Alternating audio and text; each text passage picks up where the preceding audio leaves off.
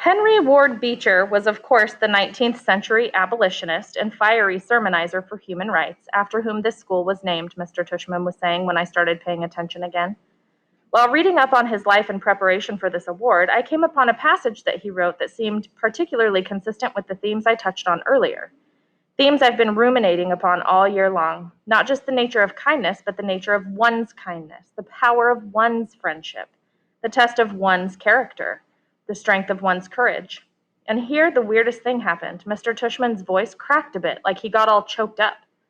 He actually cleared his throat and took a big sip of water. I started paying attention for real now to what he was saying.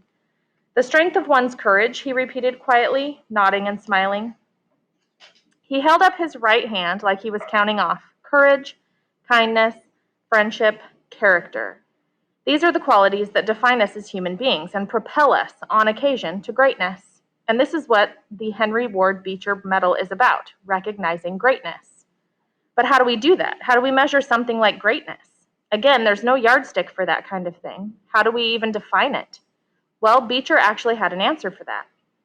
He put his reading glasses on again, leafed through a book, and started to read. Greatness, wrote Beecher, lies not in being strong, but in the right using of strength.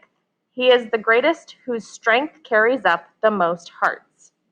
And again, out of the blue, he got all choked up. He put his 2 index fingers over his mouth for a second before continuing. He is the greatest, he finally continued, whose strength carries up the most hearts by the attraction of his own.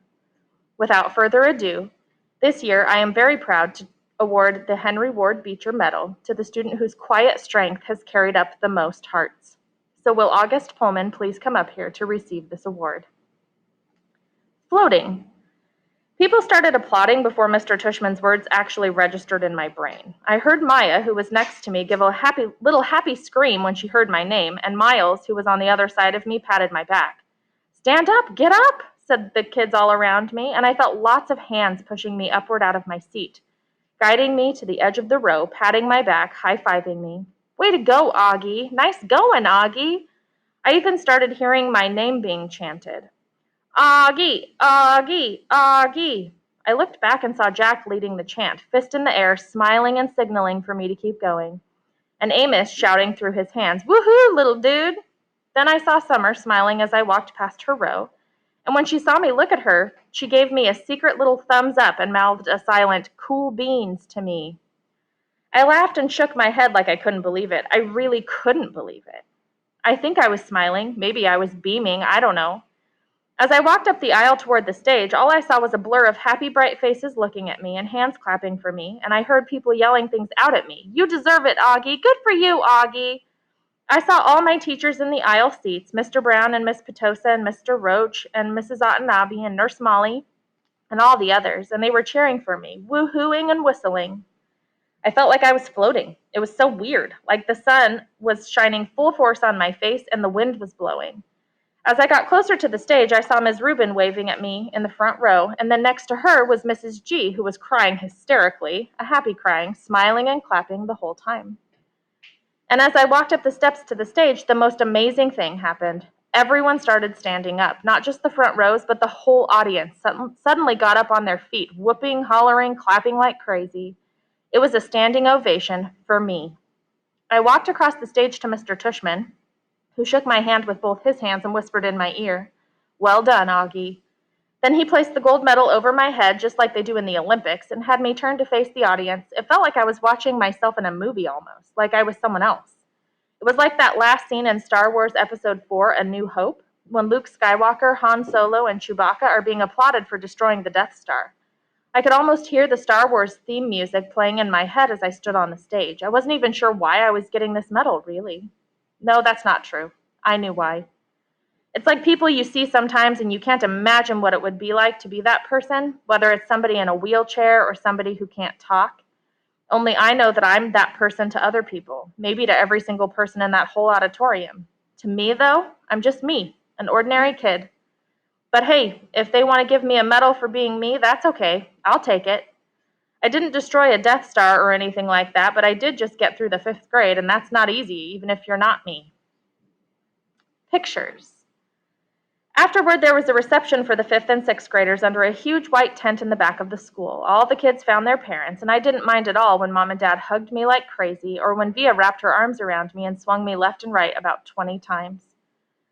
Then Papa and Tata hugged me, and Aunt Kate and Uncle Poe and Uncle Ben, and everyone kind of teary-eyed and wet-cheeked. But Miranda was the funniest. She was crying more than anyone and squeezed me so tight that Via had to practically pry her off of me, which made them both laugh. Everyone started taking pictures of me and pulling out their flips, and then Dad got me, Summer, and Jack together for a group shot.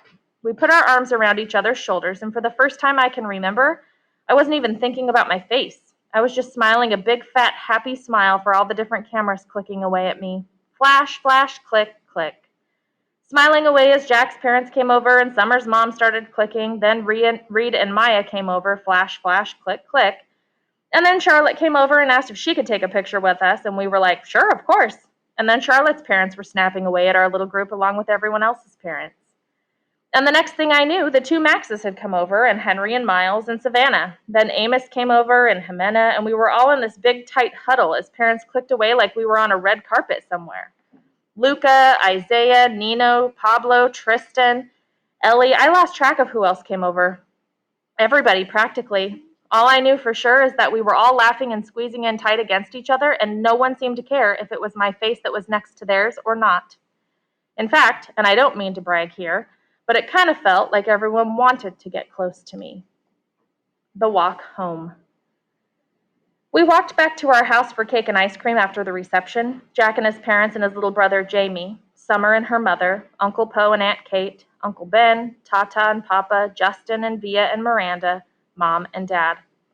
It was one of those great June days when the sky is completely blue and the sun is shining, but it isn't so hot that you wish you were on the beach instead. It was just the perfect day.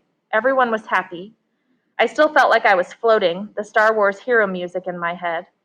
I walked with Summer and Jack, and we just couldn't stop cracking up. Everything made us laugh. We were in that giggly kind of mood where all someone has to do is look at you and you start laughing. I heard Dad's voice up ahead and looked up. He was telling everyone a funny story as they walked down Amesport Avenue. The grown-ups were all laughing too. It was like Mom always said, Dad could be a comedian. I noticed Mom wasn't walking with a group of grown-ups, so I looked behind me. She was hanging back a bit, smiling to herself like she was thinking of something sweet. She seemed happy. I took a few steps back and surprised her by hugging her as she walked. She put her arm around me and gave me a squeeze. Thank you for making me go to school, I said quietly.